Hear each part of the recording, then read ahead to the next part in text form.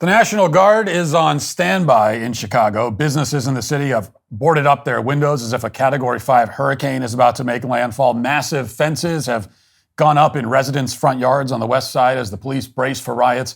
And you know what all that means. Today is day one of the Democratic National Convention. Now, under normal circumstances, the start of a nominating convention creates a political tailwind for a presidential candidate. There's supposed to be some enthusiasm about the party's platform going into the convention because they control the messaging. And in the case of the Kamala Harris campaign, the messaging is about as tightly controlled as it can possibly be. She hasn't given an unscripted interview since she became her party's presumptive nominee nearly a month ago. She's communicating to the public almost exclusively through rehearsed sound bites. But Harris is not experiencing any political tailwinds at the moment. In fact, the honeymoon period for her candidacy appears to be pretty much over, just in time for the beginning of the DNC. All it took was for Kamala Harris to describe one piece of information about what she plans to do if she's elected. Just a single policy proposal has tanked her momentum so dramatically that even the corporate press, which has done everything it can to boost her candidacy up to this point, of course, has started to turn on her. I'm talking about Kamala Harris's proposal to end what she calls price gouging, which she unveiled in her speech in North Carolina on Friday. Except the rollout didn't go quite as planned. Watch. And I will work to pass the first ever federal ban on price gouging on food. Well, that inspires a lot of confidence. She wants to fight price gouging, but she can't even pronounce the word gouging. She wants to assume enormous, unprecedented, and unilateral control over some of the most important sectors of the economy, including the grocery industry. And she can't tell the difference between the words gouging and gauging. In her speech, Harris didn't offer any specifics about what constitutes an acceptable price and what is unacceptable. She didn't explain how her administration can override the laws of supply and demand without destroying the economy. Nor did she explain why this new proposal is even necessary in the first place. I mean, didn't Kamala Harris cast the tie-breaking vote in the Senate to secure the passage of the so-called Inflation Reduction Act, which authorized nearly $1 trillion in government spending? Wasn't that 2 years ago? Like, what happened to that? I thought we reduced inflation. She passed the law. Now, did that law perhaps increase inflation after all, as conservatives said that it would? Kamala Harris didn't answer any of those questions on Friday. Instead, she complained about inflation as if her administration hasn't been running the country for the past 4 years. As president, I will take on the high costs that matter most to most Americans, like the cost of food. We all know that prices went up during the pandemic when the supply chains shut down and failed. But our supply chains have now improved. And prices are still too high. A loaf of bread costs 50% more today than it did before the pandemic. Ground beef is up almost 50%. I mean, it's pretty incredible. Imagine going to your employer and asking for a promotion. And in order to explain why you should get a promotion, you list all of the problems that you have created in your workplace, to then say that you need to be promoted so you can fix it. I broke it, so I alone can fix it. Is that like that's one argument, I guess. So all the Trump campaign has to do is air that clip that you just saw in every battleground state. They don't need to make a single edit. Kamala Harris is admitting that her administration was a failure.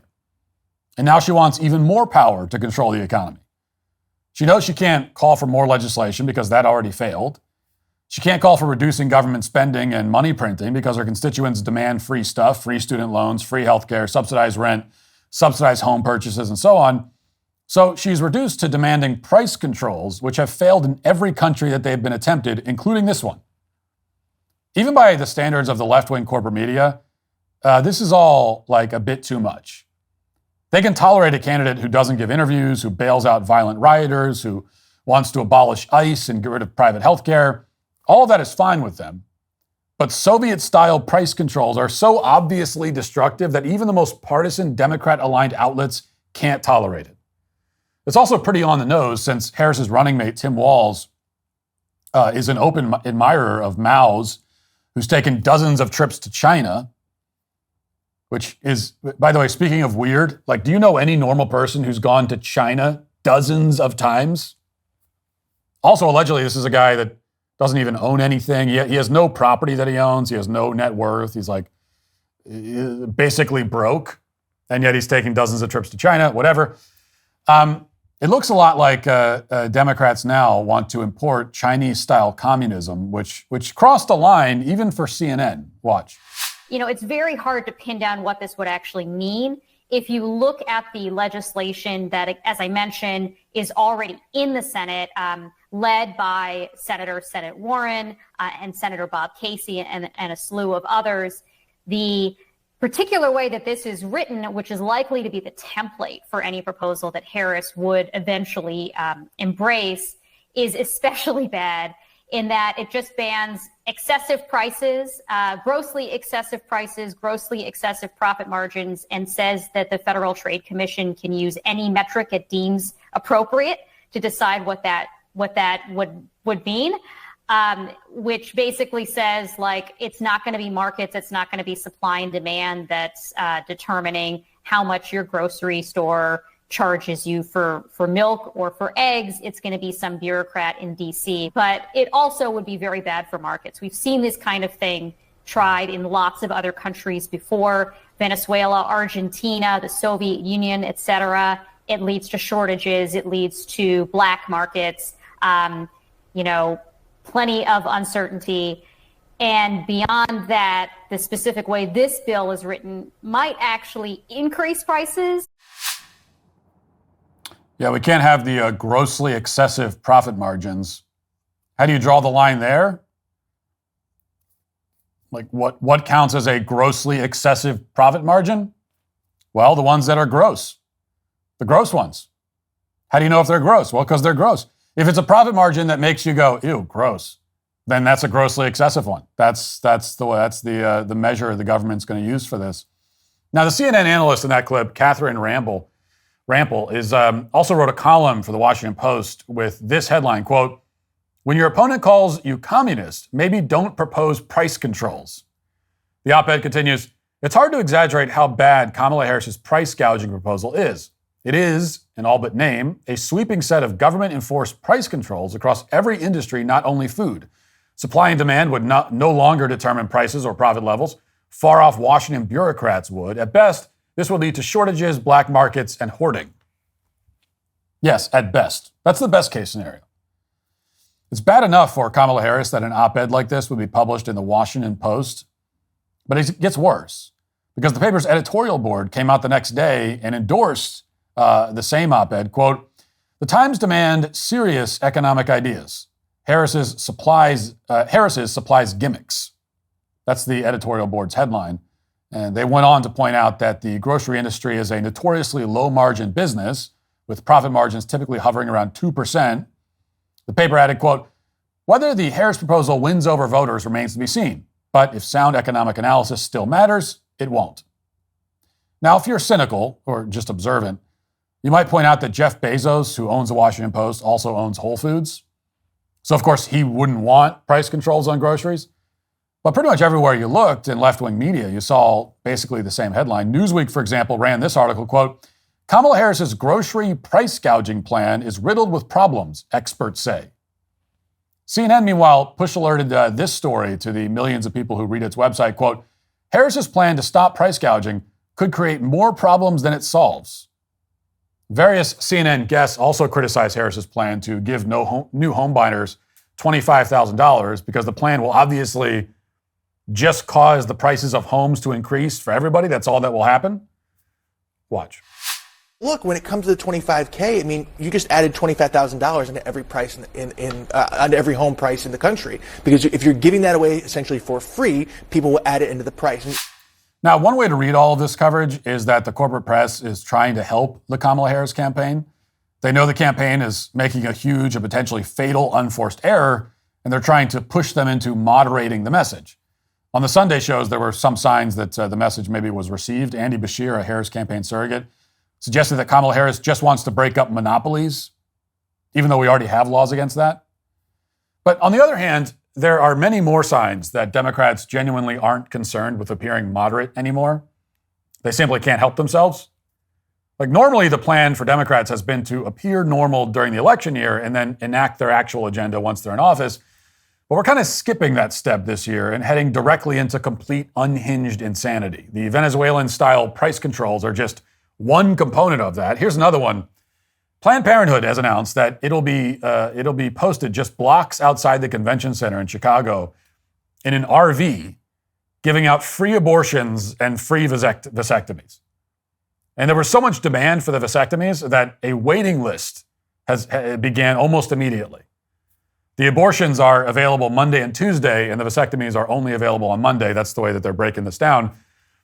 And just to underscore the communist theme of the new Democratic Party, Planned Parenthood says that the services will be provided, quote, on a sliding fee scale, pay what you can and get the health care you need. They say that people from all over the country have signed up to travel to Chicago in order to kill their children in this child-killing bus or get a vasectomy. And that's not hard to believe based on what's happening outside the convention site. Last night, activists dressed as abortion pills began to demonstrate. They showed up in costumes to look like abortion pills. And here's what that looks like.